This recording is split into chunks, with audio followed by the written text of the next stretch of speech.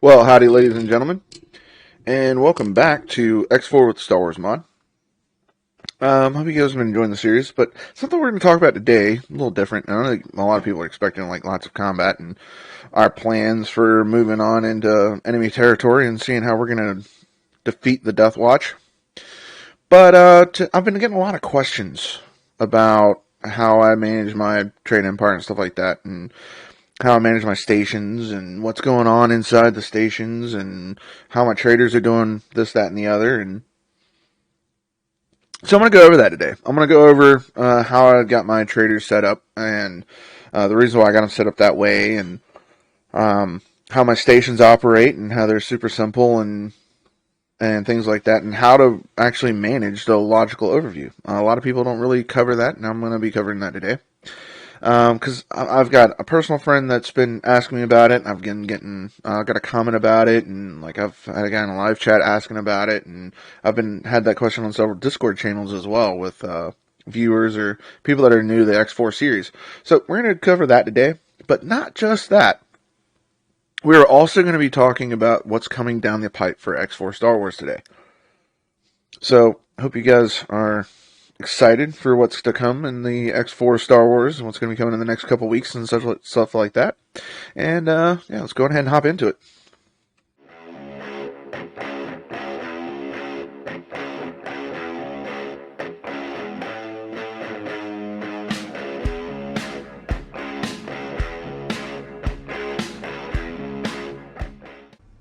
And here we are, ladies and gentlemen, up on the vendor.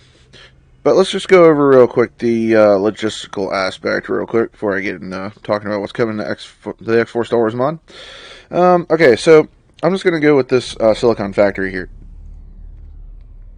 Let's go to the logical overview. Alright, so right now it's set to automatic. And the reason why I've got it on automatic is because of, first, my playthrough. This is different for every single person, so don't just try to copy me because it might not work for you. But what I've got here is I've got it set to automatic because of places in Hatikva's Choice is constantly needing silicon wafers, so I keep getting trade from them like constantly. So that's always good. But here's where you've got some choices. And this is what I've been telling a personal friend of mine, is that you can adjust the automatic pricing to whatever you want. So, like, if you're in a very competitive market in the sector, then you can lower your price all the way down, and they'll only trade with you. And it's still straight income, especially if you've got your own setups for silicon. So you might, if you have your own traders, your own miners and stuff like that for your own resources, turn these off. Automatic buy amount, automatic pricing. Turn that off. Because if you don't, then you're going to be losing money on a station because of the station no longer is trying to rely on your miners, but instead they're actually buying it from other places. So you might be losing money on whatever you're setting your pricing to on your silicon wafers. So I hope that helps. Now the other thing is I've shown setting up miners and stuff in the past, but something that I need to further explain on is we're going to look at him. Hang on. Let's look for let's go with our very first one. So this guy right here is trading silicon wafers in Argon space. Well, New Republic for the mod. But he's trading silicon wafers pretty much anywhere in and around here. Wherever they're selling for cheap, whenever they're selling for cheap, then he buys them and then he sells them for a higher price than other places. So that way we get a straight income straight from him. But anyways, what I was going to do is go in the information here and behavior. Okay, so this is the most important thing right here when it comes to your individual traders. Okay, don't try to max out a bunch of different wares because then he'll start filling up on other wares.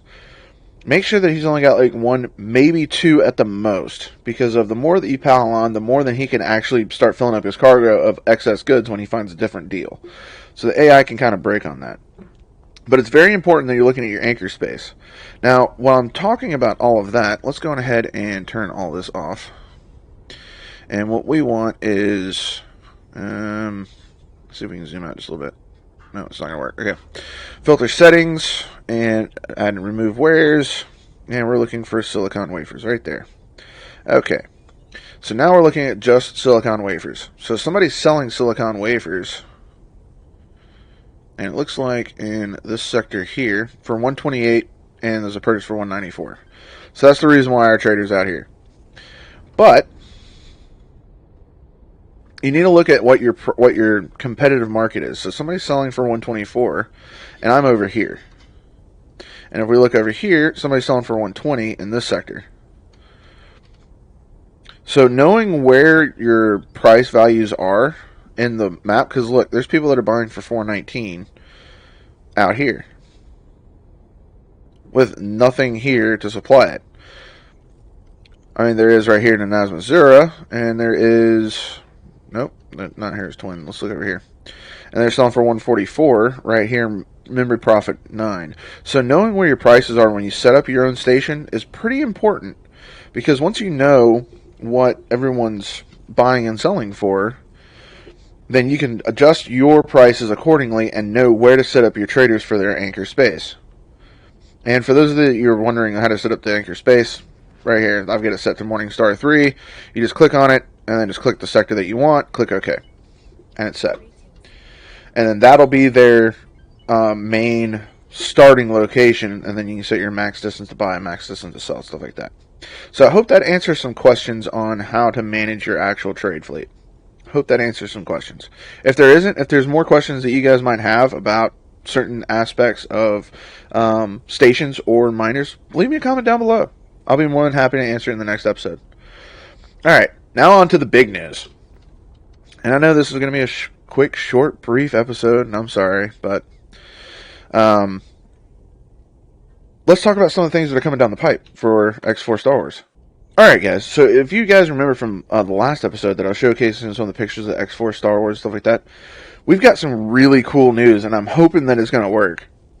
But from what they're showcasing on the development sneak peeks on the X4 Star Wars Discord, is we're looking at the interdictor with a real working gravity well. We're looking at getting the Delta 7. And we're looking at getting the Eta 2 Actus. Both of those are Jedi starfighters from the Clone Wars. So it's going to be really interesting to see some of these ships come. Not to mention is the last thing I want to note is that we've kind of got a little bit of a sneak peek of there might be some actual combat in first person coming to X4 Star Wars. And that's going to be really exciting. And that actually looks pretty cool. We're going to watch the fireworks for a second.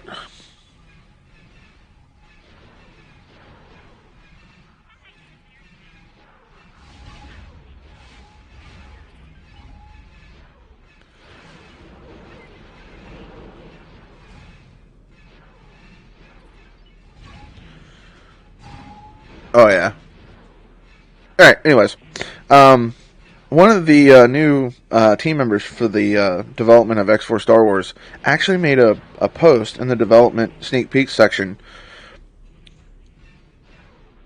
The A2ADC.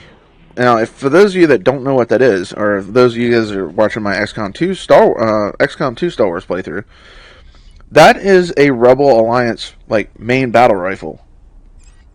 So to see that coming into the next couple patches, and it might be a year down the road, no one knows for sure.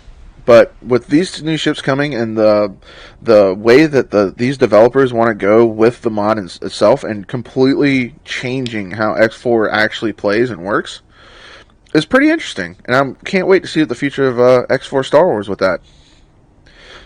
But anyways, guys, if you guys want to go ahead and comment down below and tell me what your thoughts are on with the X4 Star Wars mod and see where things are going from here, by all means, let me know. I'll be sure to respond and maybe even make note of it in the next episode. But until then, guys, I hope you guys have enjoyed, and I will catch you guys next time. Laters.